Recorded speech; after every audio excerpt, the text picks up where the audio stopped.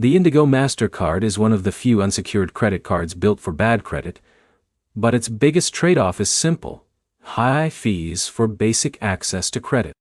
By the end of this, you'll know what the Indigo card does, what it costs, and whether it's actually worth applying for in 2026. Here's the short answer right now. Indigo can help rebuild credit, but only if you use it like a tool, not like a spending card. Start with what matters. Indigo is designed for people with poor credit, limited credit history, or recent financial problems like collections or missed payments. The approval process is easier than traditional banks, and there's usually a pre-qualification option.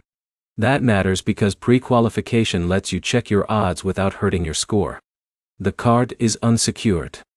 That means no security deposit up front, which separates it from secured cards like Discover It Secured or Capital One Platinum Secured. If cash is tight, that can make Indigo attractive. It reports to all three major credit bureaus: Experian, Equifax, and TransUnion. That's the core value. If you make on-time payments and keep your balance low, you build positive payment history. That's what moves your score. Now, the expensive part. Indigo is known for annual fees, and depending on your offer, those fees can be high compared to the credit limit. That creates a problem. If your approved limit is small and part of it gets eaten by fees, your available credit starts lower. That makes it easier to hit high utilization fast.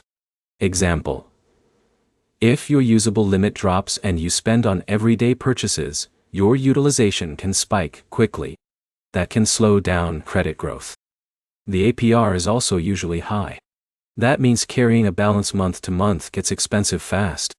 So if you get Indigo, the smart move is simple. Put one small bill on it. Something like Netflix, Spotify, or your phone bill. Set auto pay. .ot. Pay it in full every month. That builds history and avoids interest. Who is this card good for? Indigo makes sense if you've been denied by better unsecured cards and don't want to tie up money in a deposit. Who should skip it? If you qualify for Mission Lane, Petal, or Capital One Platinum, those usually come with fewer fees and better long-term value. Quick recap. Indigo is easy to access for bad credit.